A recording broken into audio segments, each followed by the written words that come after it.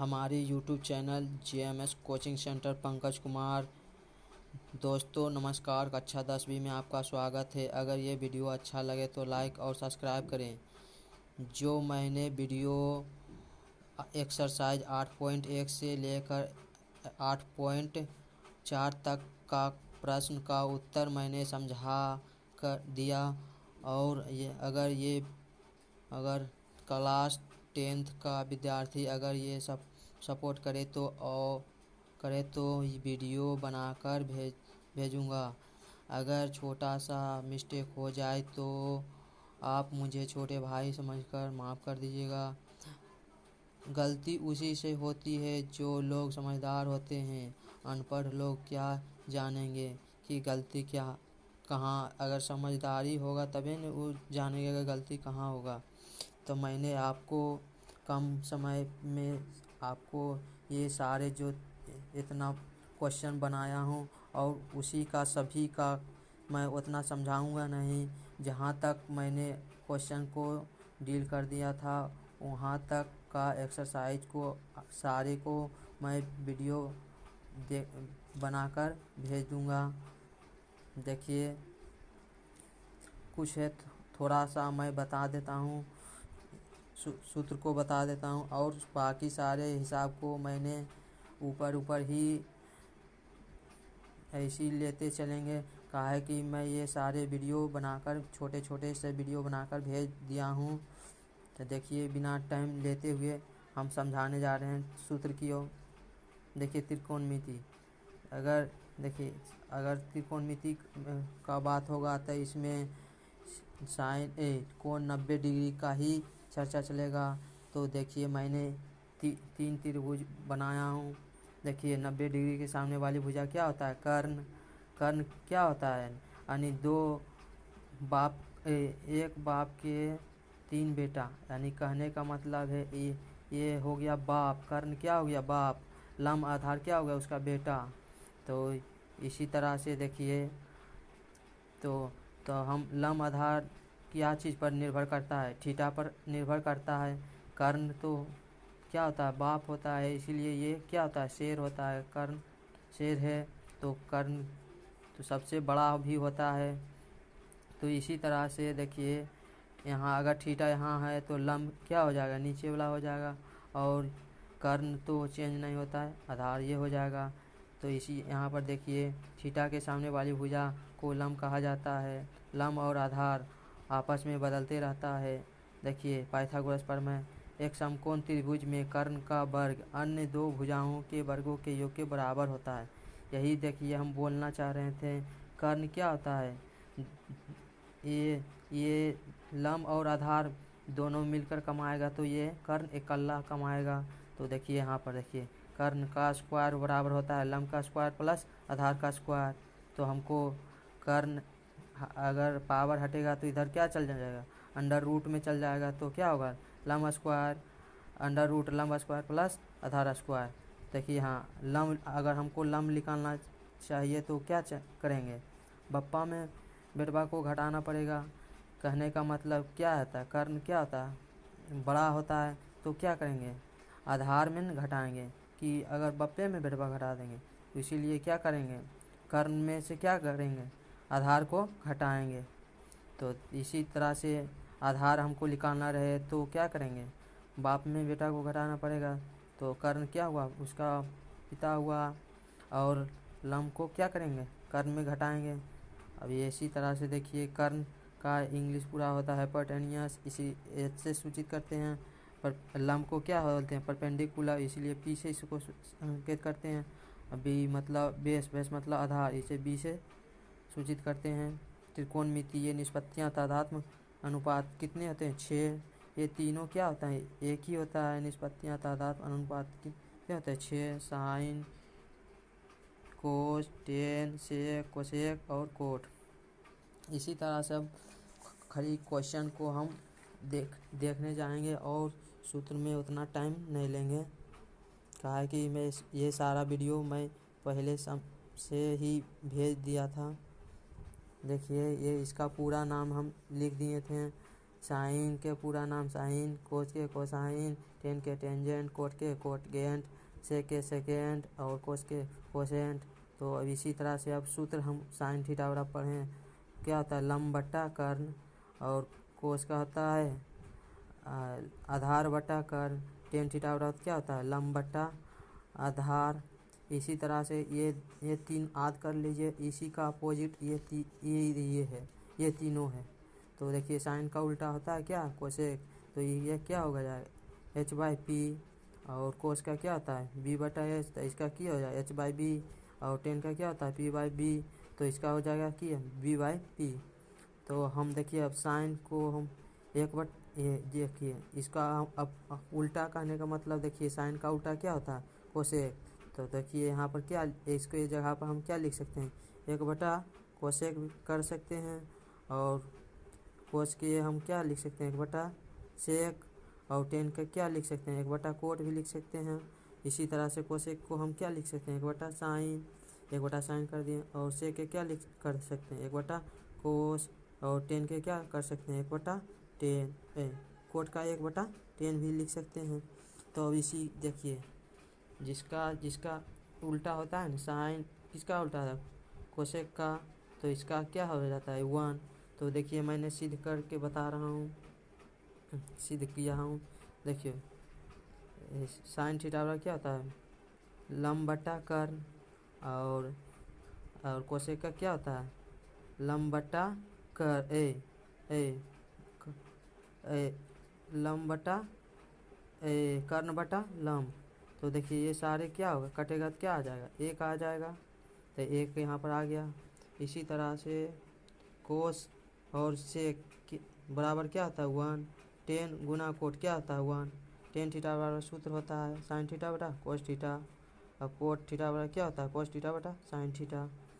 इसी तरह से देखिए यहाँ पर स्क्वायर वाला सूत्र आ रहा है, sign square theta plus cos square theta बराबर 1 होता है।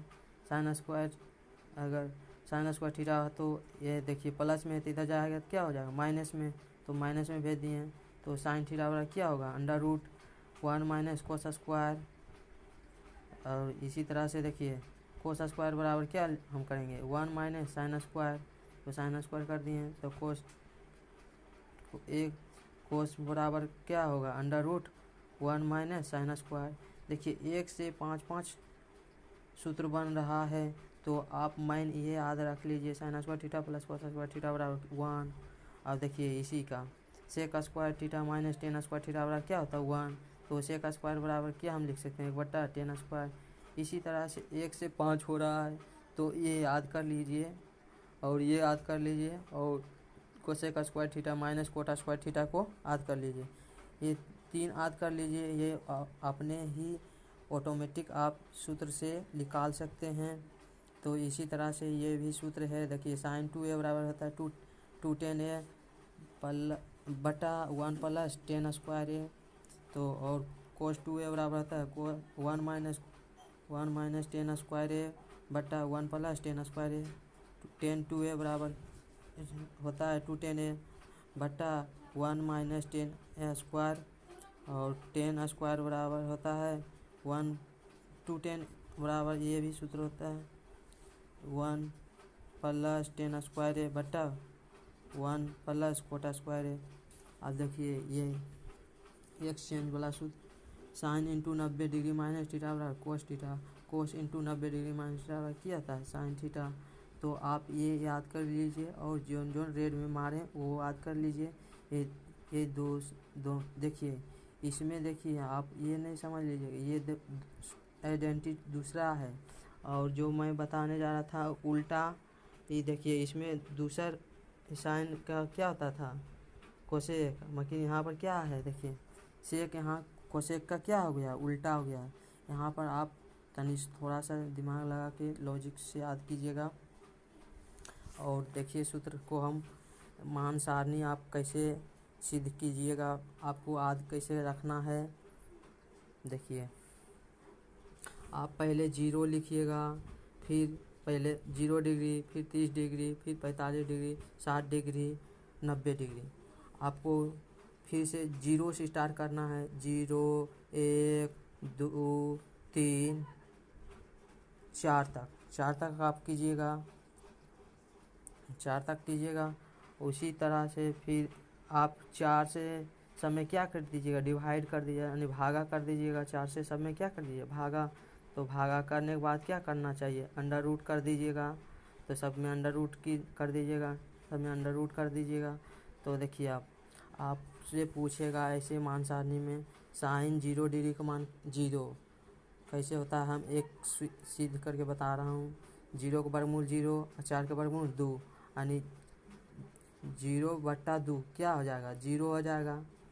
अब इसी का देखिए हम साइन 30 डिग्री का बताने जा रहे हैं। 1 का वर्गमूल 1 और 4 का वर्गमूल 2, तो 1/2 साइन 30 डिग्री का मान हो गया 1/2।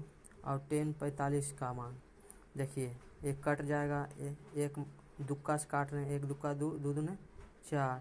तो 1 का वर्गमूल 1 और रूट अंडर में फंस गया, 2 का वर्गमूल नहीं निकलता है तो √2 कर दिए। और देखिए √3 का वर्गमूल नहीं निकल रहा, नहीं निकालें, और 4 का वर्गमूल 2 हो गया। और देखिए यहाँ पर क्या है 90 डिग्री, साइन 90 डिग्री का अगर काटेंगे तो 4 में 4 भागा देंगे तो क्या हो जाएगा 1। तो साइन 90 डिग्री का क्या मान आ जाएगा 1। आप यहाँ से देखिए ये सारे बीच वाले 2 का मान नहीं बदलेगा। ये देखिए साइन 45 और कोस 45 का मान सेम आएगा। tan 45 और कोट 45 का मान 1 आएगा। सेक 45 का मान √2 और कोसेक 45 का मान √2। ये बीच वाली 45 का मान सेम रहेगा। अब देखिए आपको आज एक ये पूरा कंठा साध कर लेना है, बस इसी का यहाँ पर रखना है और इसी का पलटी कर देना है तो आ जाएगा कोस का मान। यानी देखिए ये यहाँ पर है, यहाँ पर रखिएगा, ये चेंज नहीं होगा।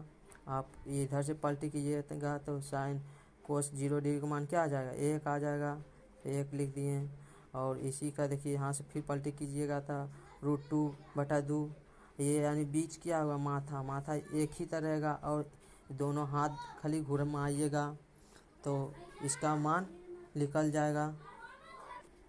देखिए भाई जो मैं सारा जितना वीडियो बनाया था उसका सभी का उत्तर सिर्फ समझाऊंगा नहीं, कहा कि समझा के अगला ही सब ये सारा वीडियो भेजा हुआ है आपको। मैं सिर्फ एक नोट्स के तहत ये काम कर रहा हूँ।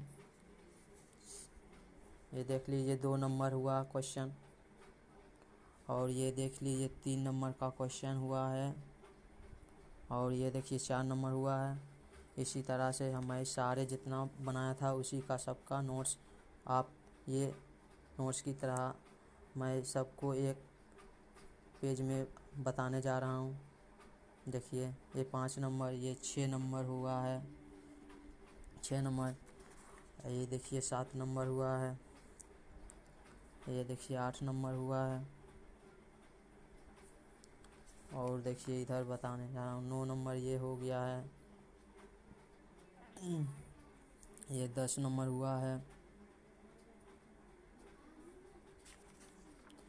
ये देखिए ऑब्जेक्टिव 11 का ऑब्जेक्टिव आ गया है, यानी 8.1 ख़त्म हो गया है। और देखिए 8.2 का लेसन का आ गया है, 8.2 का ये है, 8.2 का ये सारे 1 2 3 ये तीसरा है, जो कि ये आप बहुत सभी को ये हिसाब फंसाते हैं, ये बढ़िया से ध्यान से बनाइएगा भाई। जो मैं समझा दिया था ये वीडियो को आप ये इन्हें अच्छा से देखकर समझिएगा। ये 4 नंबर हुआ है, ये देखिए 2 का ऑब्जेक्टिव आ गया है, 1 2 3 तक है, यहाँ तक 3 इधर हो गया है 4। फिर देखिए 3 से हिसाब आ गया है, फिर इधर देखिए 4 नंबर में आ गए हैं सारे सभी हिसाब को मैं खाली एक नोट्स की तरह देखिए 8.3 में घुस गए हैं। ये देखिए सारे हिसाब को देख लीजिए साहब, जहाँ तक हम बताएं वो इसका सिर्फ मैं वीडियो बना रहा हूँ जी। देखिए 5 नंबर ये हुआ, 6 नंबर हो गया है 8 का,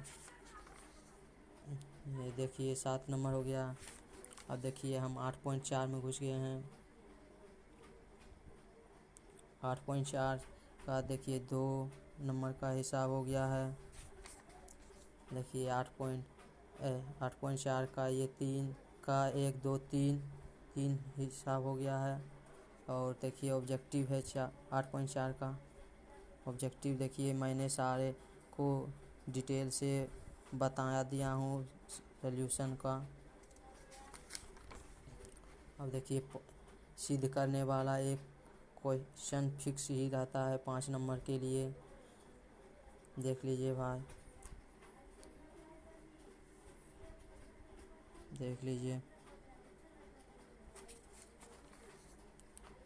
ये देख लीजिए थोड़ा सा जटिल है। ये सूत्र पर बैठाकर मैंने ये सारे अच्छे से तरीके से मैंने बता दिया था। देख लीजिए ये भी बढ़िया हिसाब है। ये देख लीजिए, ये अक्सर पूछे जाते हैं ये वीडियो। देख लीजिए भाई, 8 तक हो गया। अब 9 का हम दिखा रहे हैं।